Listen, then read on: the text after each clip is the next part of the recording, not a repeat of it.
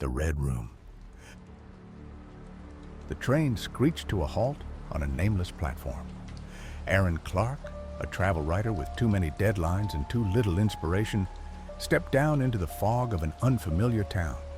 He had picked this place blindly from a map. No guidebooks, no references, no photographs. Just a dot on a page and a hunger for something new. The air here smelled of damp earth and faint wood smoke. The streets were narrow, cobbled, and eerily quiet, as if the town itself was holding its breath. He wandered, dragging his suitcase, until he spotted a faded sign swinging in the wind. The Ravenwood Heritage Hotel. Its facade was carved stone, weather-stained but proud, with dark wooden beams and windows that reflected little light. Something about it drew him in. Perhaps the mystery, perhaps the promise. Inside, the lobby smelled of old varnish and candle wax. An attendant, tall and gaunt with a permanent half-smile, approached. "Welcome, sir. A room awaits." Aaron hadn't booked in advance. The certainty of the man's words unsettled him, but fatigue overruled caution. The attendant led him down a long hallway, the walls lined with portraits whose painted eyes seemed to track his every step. Along the way, Aaron's attention snagged on one particular door. Unlike the others, this one was covered in locks, padlocks, chain locks, even antique bolt mechanisms layered one over the other, a grotesque collection of metal and rust. "An art room," the attendant explained smoothly, noticing his gaze. "Artists once stayed here. They left their mark in peculiar ways. Locks, you see, were their signature." Aaron raised a brow but said nothing. His mind ticked. Writers could invent 100 reasons why locks might become art. He filed the image away for later. His own room was quaint, furnished with heavy curtains and a brass bed frame. It smelled faintly of lavender, though something sour lingered beneath. He told himself it was nothing and settled in for the night. On his way back from a late stroll through the lobby, Aaron again passed the locked door. Just as he did, a sudden thud echoed from behind it. Then the sound of footsteps sprinted toward the door from the inside. His heart jolted. Instinctively, he bent down and peered through one of the keyholes. Red. Nothing but an endless, suffocating red. No figure, no shape, no detail. Just the heavy, living saturation of crimson. He recoiled, unsettled. Maybe it was paint.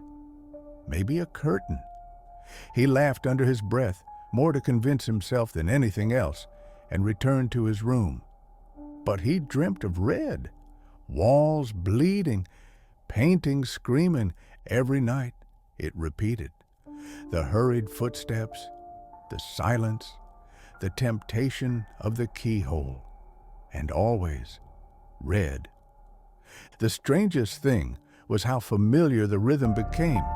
He began to expect it, wait for it, even crave it. His curiosity sharpened into obsession. What was behind that door? On the third night, as he leaned in, a wrinkled hand clamped onto his shoulder. He whirled around to see the housekeeper, an old woman with a bent back, eyes clouded but sharp with fury. "You mustn't!" she hissed, her voice a ragged whisper. "Don't ever look in there. Don't tempt them." Aaron stammered, embarrassed, but she shoved him back with surprising strength.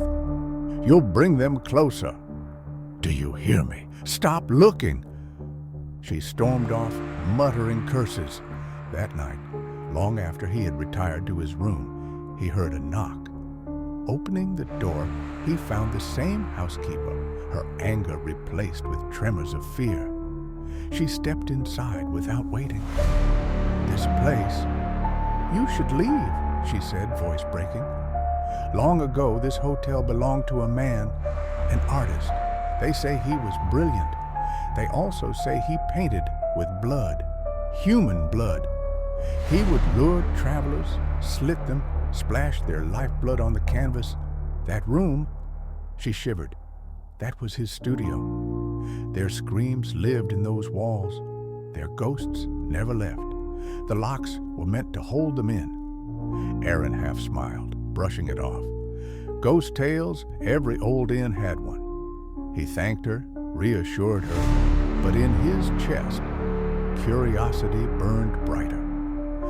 That evening, Aaron lingered longer at the door than ever before, his eye pressed to the keyhole, drinking in the red. This time, though, something was different. The red shimmered, shifted. It wasn't flat anymore. It was moving. His breath caught. The hue rippled like liquid, then bulged forward, swelling into shape. His pupils narrowed as realization clawed through him. It wasn't a wall. It wasn't paint. It was an eyeball, a blood-drenched eye, pressed to the keyhole from the other side, staring straight back at him. He stumbled backward, a cry tearing from his throat. The corridor echoed with the sound of something scraping, dragging, unlocking. One by one, the locks on the door began to rattle. Click, click, click. Aaron ran. The portraits watched. The floor groaned. Behind him, the door shuddered, as if something within was eager to burst free. He didn't stop to pack, didn't stop to breathe. Out the lobby, past the attendant's silent grin, into the choking fog of the nameless town. He didn't look back. And yet, on the train ride out, when exhaustion finally closed his eyes, all he saw was red. Red that pulsed, red that stared. An unblinking eye, watching, waiting.